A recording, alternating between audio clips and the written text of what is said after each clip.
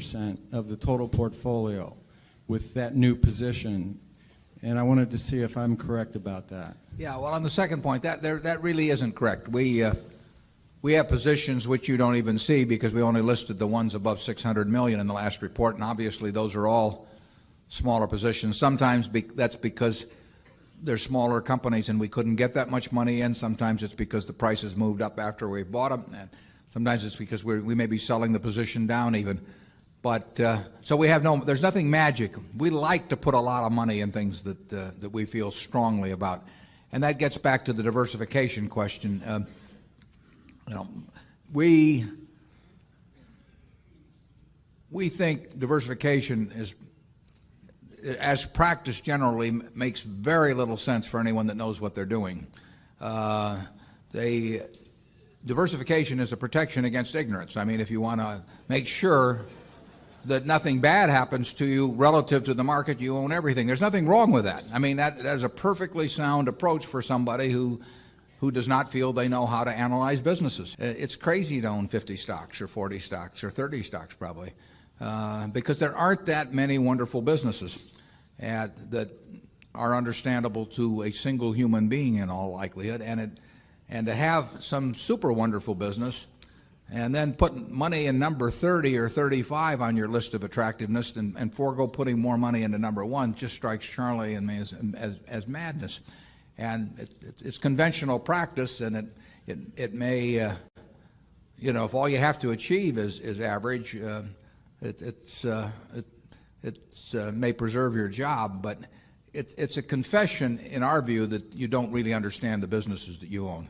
On a personal portfolio basis, I own one stock, but it's a business I know, and it leaves me very comfortable. So, do I need to own 28 stocks in order to have proper diversification? It'd be nonsense. And within Berkshire, I could pick out 3 of our businesses, and I would be very happy if they were the only businesses we owned and I had all my money in Berkshire. Now, I love it, the fact that we can find more than that and that we keep adding to it. But 3 wonderful businesses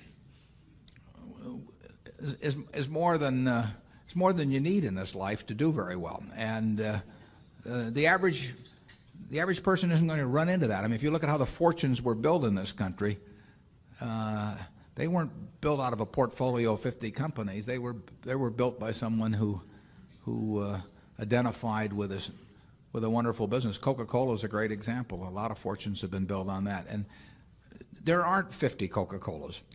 There aren't 20. If there were, it'd be fine. We could all go out and diversify like crazy among that group and get results that would be equal to owning the really wonderful one. But you're not going to find it. And the truth is, you don't need it. I mean, if you have a really wonderful business, is very well protected against the vicissitudes of the economy over time and the competition. I mean, we're talking about businesses that are resistant to effective competition, and 3 of those will be better than 100 average businesses, and they'll be safer, incidentally. I mean, there is less risk in owning 3 easy to identify wonderful businesses than there is in owning 50 well-known big businesses. And it's amazing what has been taught over the years in finance classes about that. But I can assure you that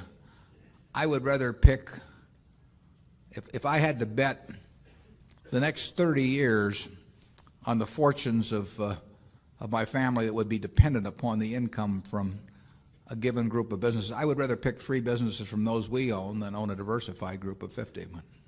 Charlie?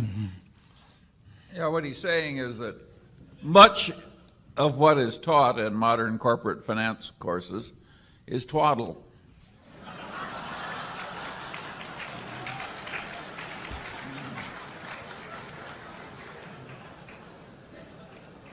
You want to elaborate on that, Charlie?